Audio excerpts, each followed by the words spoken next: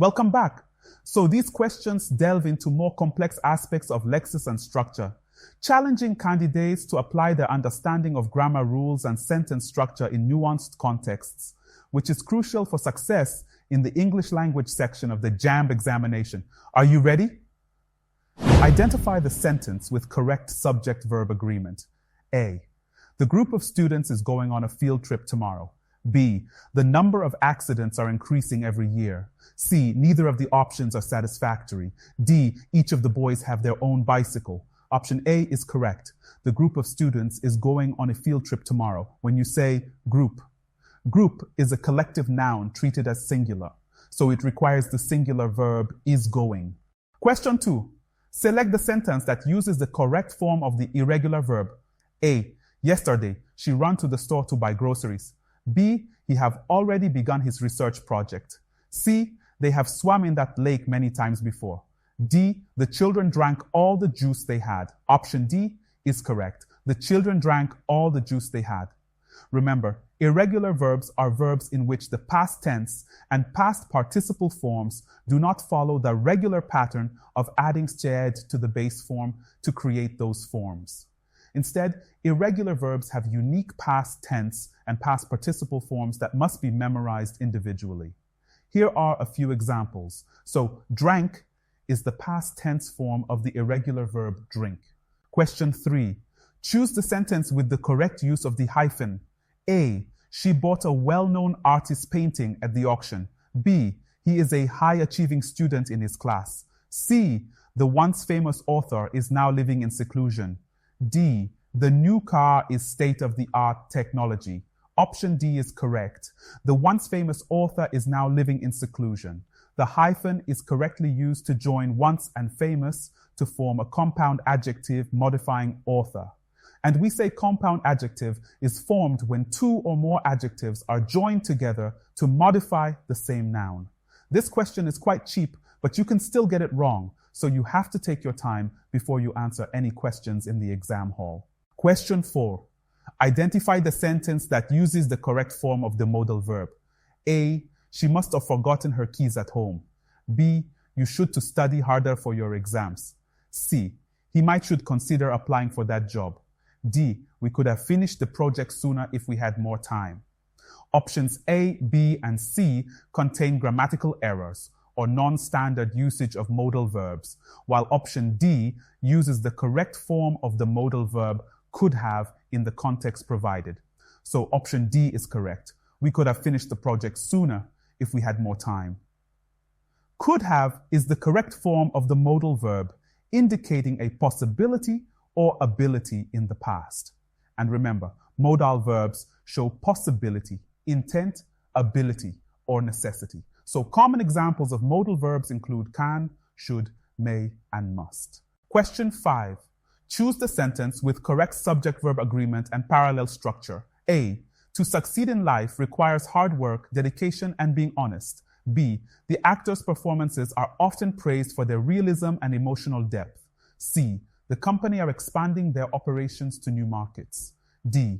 Driving safely involves being attentive, not texting, and avoid distractions. Option B is correct. The actors' performances are often praised for their realism and emotional depth. Option B maintains subject-verb agreement, performances are praised, and parallel structure, realism and emotional depth. Remember, subject-verb agreement refers to the grammatical rule that states that the subject of a sentence must agree with the verb in number, singular or plural. In other words, if the subject is singular, the verb must be singular. And if the subject is plural, the verb must be plural. For example, the dog, singular subject, barks, singular verb. The dogs, plural subject, bark, plural verb. So, in option C, the company are expanding their operations to new markets. The subject company is singular, but the verb are is plural. This creates a disagreement in number, making the sentence grammatically incorrect. Bear it in mind that parallel structure, also known as parallelism, is a grammatical principle that requires using the same grammatical form for elements within a sentence that perform the same function or convey similar ideas. This helps to maintain balance and clarity in sentence structure. For example, she likes to hike, swim, and bike. Parallel structure, infinitive verbs. The concert was both entertaining and memorable. Parallel structure, adjectives. In option A, to succeed in life requires hard work, dedication, and being honest. The list of items, hard work, dedication, and being honest, lacks parallel structure. The first two items are nouns, hard work, dedication, while the third item is a gerund phrase, being honest. For parallelism, the third item should also be a noun to maintain consistency. Therefore, option B is correct because it demonstrates both subject-verb agreement, performances are praised, and parallel structure, realism, and emotional depth. Question 6. Identify the sentence with correct use of the subjunctive mood. A, if I was you, I would apologize. B, I wish he was more understanding of my situation. C, it is essential that he be present at the meeting. D, I demand that she was here on time. Option C is correct. It is essential that he be present at the meeting. The subjunctive mood is a verb form used to express situations that are hypothetical, uncertain, or contrary to fact. It is often used to convey wishes, desires, recommendations, commands, or suggestions. In English, the subjunctive mood is most noticeable in subordinate clauses introduced by words like if, unless, that, and wish. Option C correctly uses the subjunctive mood in the subordinate clause that he be present at the meeting. Here, the base form of the verb be is used after the subordinating conjunction that to express necessity or obligation. The sentence indicates that it is essential for him to be present at the meeting, presenting a situation that is recommended or required. So here is why other options are incorrect. A, if I was you, I would apologize. This sentence uses the past tense form was instead of the subjunctive form were. The correct form in the subjunctive mood would be, if I were you, I would apologize. B, I wish he was more understanding of my situation. Similar to option A, this sentence uses the past tense form was instead of the subjunctive form were. The correct form would be, I wish he were more understanding of my situation. D, I demand that she was here on time. This sentence uses the past tense form was instead of the subjunctive form be. The correct form in the subjunctive mood would be, I demand that she be here on time. In summary, option C is correct because it uses the subjunctive mood appropriately to express necessity or obligation, while the other options contain errors in their use of verb forms in the subjunctive mood. Question 7. Select the sentence with the correct placement of adverbs. A, she nearly always arrives late to class.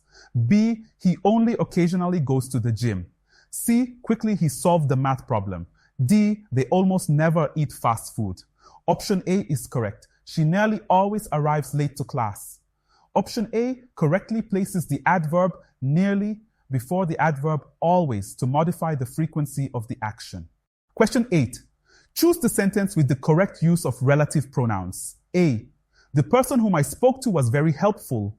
B, this is the reason why I didn't attend the party. C, the book that I borrowed from the library was interesting. D, the movie who we watched last night was entertaining. Option C is correct. The book that I borrowed from the library was interesting. Option C uses the relative pronoun that correctly to introduce the clause modifying book. In this sentence, that serves as a relative pronoun connecting the main clause, the book was interesting, to the subordinate clause that I borrowed from the library. The relative pronoun that is commonly used to introduce essential restrictive relative clauses that provide necessary information about the noun they modify. In this case, the clause that I borrowed from the library specifies which book is being referred to, providing essential information to the sentence. Here's the breakdown of the sentence. Main clause, the book was interesting. Relative clause, that I borrowed from the library. Together, these clauses form a grammatically correct sentence with the relative pronoun that appropriately introducing the clause that adds relevant information about the book. Question 9. Identify the sentence with the correct use of the infinitive. A. He agreed to help his friend move the furniture. B. She decided to went for a walk in the park. C. They want to finish the project by next week. D. I plan to studying abroad next year. Option A is correct. He agreed to help his friend move the furniture. The infinitive form of a verb is the base form of the verb, typically preceded by the word to, e.g., to go, to eat, to study. It is used to express purpose, intention, or action that has not been completed. Option A correctly uses the infinitive form to help after the verb agreed. In this sentence, to help functions as the direct object of the verb agreed, indicating the action that the subject, he, agreed to perform. Here's the breakdown of the sentence. Subject, he, verb, agreed. Infinitive phrase, to help his friend move the furniture. In this sentence, to help is the infinitive form of the verb help, and it functions as the direct object of the verb agreed, indicating the action agreed upon. Example of infinitive form. She wants to travel around the world. In this example, to travel is the infinitive form of the verb travel, and it expresses the purpose or intention of the subject, she. In summary, option A is correct because it effectively uses the infinitive form to help after the verb agreed, conveying the purpose or intention of the action agreed upon by the subject. Question 5. Choose the sentence with the correct use of the conditional tense. A. If he would have studied harder, he would have passed the exam. B. Unless you will finish your work on time, you will not receive a bonus. C. I would have gone to the party if I have known about it earlier. D. If it rains tomorrow, we will cancel the picnic. Option D is correct. If it rains tomorrow, we will cancel the picnic. Option D correctly uses the conditional tense will cancel to express a possible future outcome based on a condition.